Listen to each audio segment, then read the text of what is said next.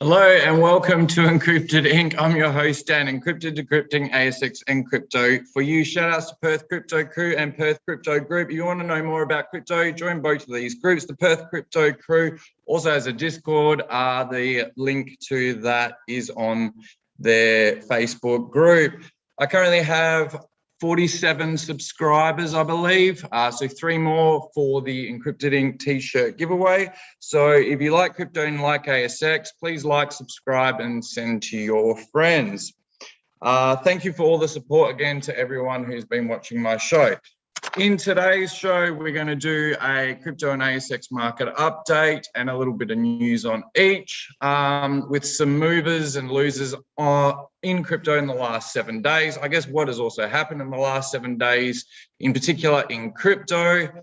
And we are also, well, yeah, that's pretty much my show for tonight. So let's get started. All right, well, first let's look at, I guess, a bit of technical analysis or charts on BTC.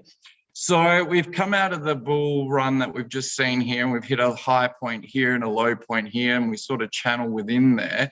And it's slightly dipped below here, but then it's risen above, but hasn't sort of gone above that sort of median point within that channel. It's sort of floating around that lower section of the channel here.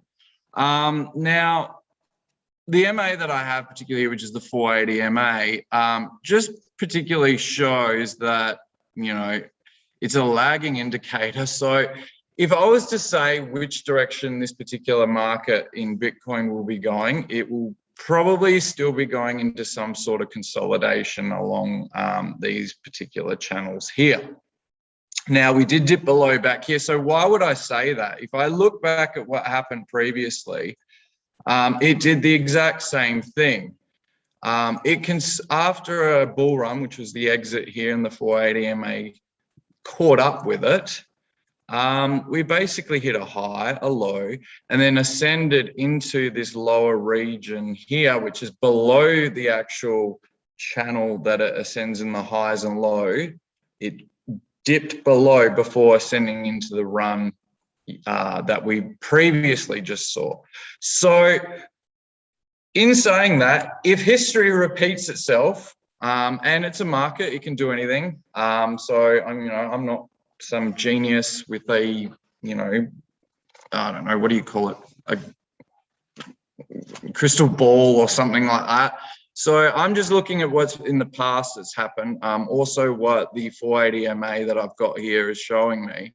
So I would say that we're probably going to be still in some form of consolidation. So my pick here is that we're probably going to sit within a price range of potentially between 80,552 Australian dollars for BTC.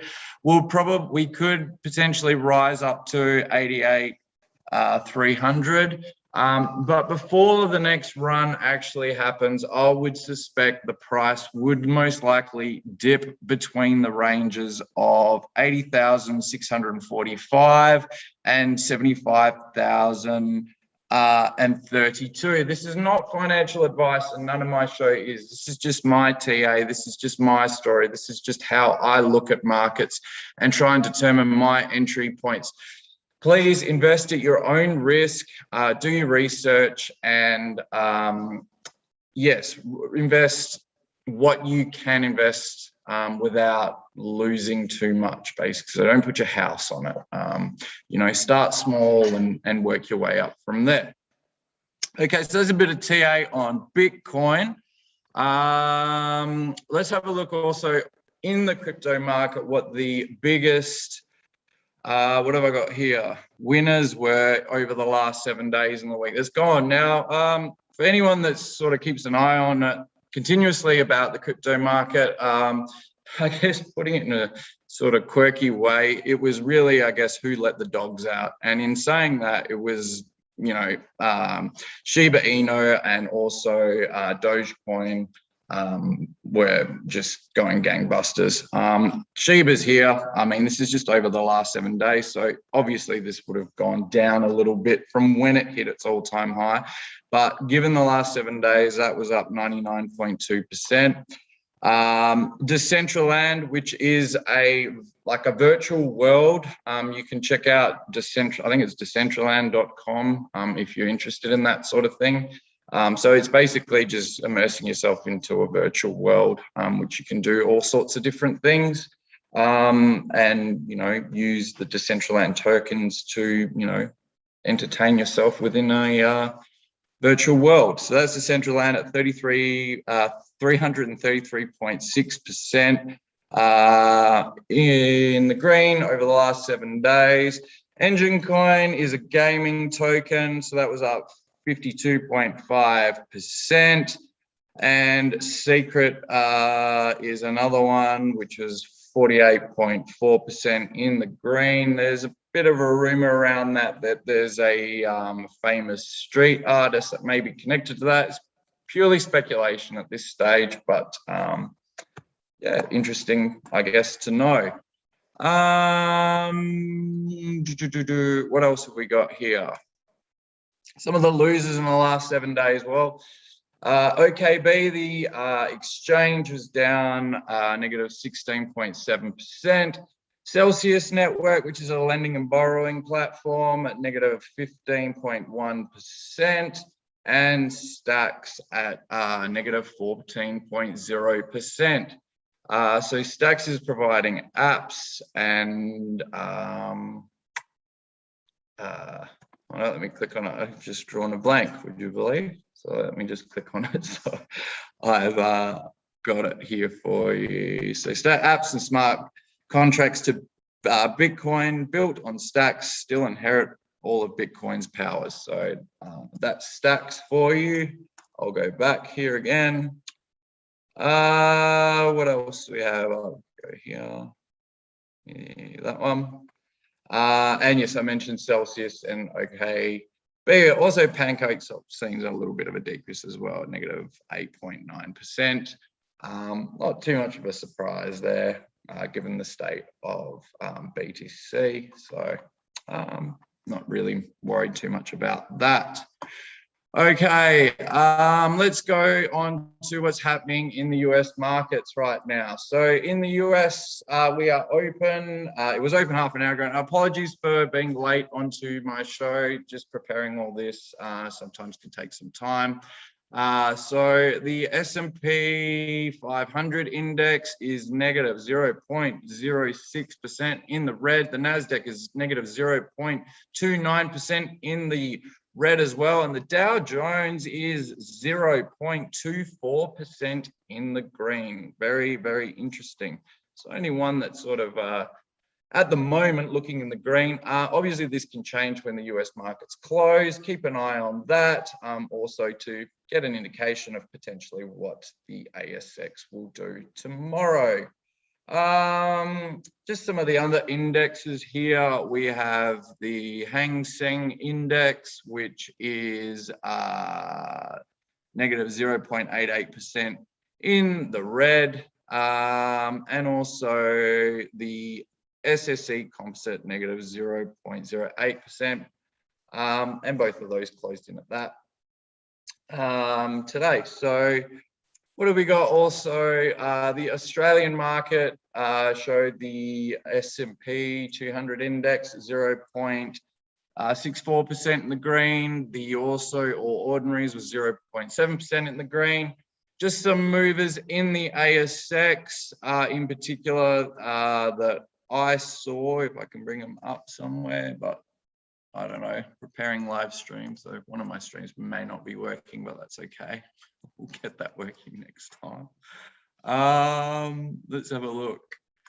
We've got, sorry, I'll be with you in a minute. Okay. Oh, this one. Yes, GL1. That opened 34.02% in the green within the day today. The other big mover was GLN at 15.08% in the green. Don't worry about this EU or European metals. That is on a trading hold at the moment, as there is an acquisition that potentially would be taking place there. So that's on that one. So just some information about both of those as to maybe why you would think those stocks made such a big gain on the day. So for Global Lithium, which is GL1, I'll just go through briefly some of these key highlights. Heavily overbid, a $13.6 million placement to fast-track exploration activities at the Marble Bar Lithium project. As a part of the placement, the lithium chemical arm of contemporary Amprex Technology Company Ltd, CATL, the world's largest EV battery producer, Tybin Taniel, to invest $6.2 million for a 9.9% interest in Global Lithium.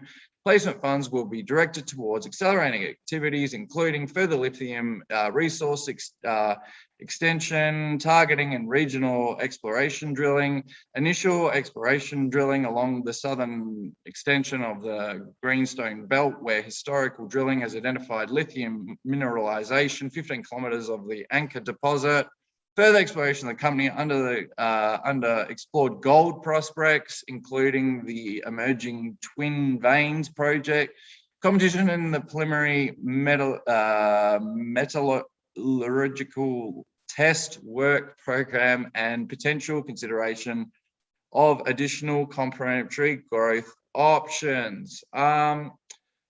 Global Lithium is also located in the Pilbara as well. So that's just some information about Global Lithium. Gallon receives critical pilot plant and camp permits for HMW project in Argentina. Gallon Lithium United, Gallon, or the company, is very pleased to announce that it has received an essential government permits for the Ministerio de Ministeria Mohan Minister in Qatar, I don't know how to say it, I'm sorry, to build its stage 1 pilot plant and new camp accommodation at its flagship Hombre Murator West HMW lithium brine project, located in the Hombre Murator West Salt Flat in the South American Lithium Triangle. I'm going to leave it at that with the information on both of those. But those announcements were pretty much today. And that's just shown, I guess, a reflection in their price today. So I also was going to talk to you about Cardano. Now, Cardano have are launching a decentralized trading protocol on Cardano, sorry. So Sunday Spot is a native, scalable, decentralized exchange and automatic liquidity provision protocol. I guess what you would call this is what PancakeSwap is to the Binance Smart Chain. Sunday Swap will be, particular for Cardano's blockchain or network in particular. This is an interesting one to look at. If you do have Cardano and you may be interested in staking your Cardano, have a look at Sunday Swap. Another one of interest I thought was interesting in Cardano, or what would be potentially launching in Cardano, is Meld. If you're interested in the DeFi sector of crypto, which is the decentralized finance, this one is interesting, as I'll just leave a link in the description to my video for these as well. But this is meld.com. So Meld is the first DeFi non-custodial banking protocol. You can securely lend, borrow both your crypto and fiat currency. So that's both crypto and fiat currencies with ease, and stake your Meld tokens for APY. So where does Meld differ from a lot of, I guess, the current DeFi projects that are out. Number one, the non-custodial bit would be a part of it. When you lend or borrow your crypto through other DeFi platforms, usually you are handing over your crypto assets, where in this particular place, I think you will be able to hold on to them. But there will be some sort of, smart contract that will act in the background potentially with your crypto. But technically you still hold it rather than giving it to a custodian.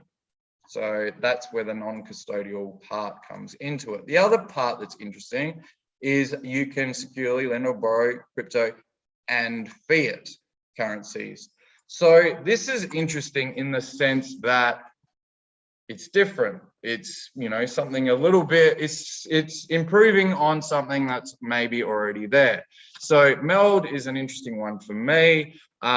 Just to look at, as again, this is not financial advice. I'm not providing you, a guide or to say buy this particular crypto. I'm just pointing out there just some interesting facts and news about what's happening in the space.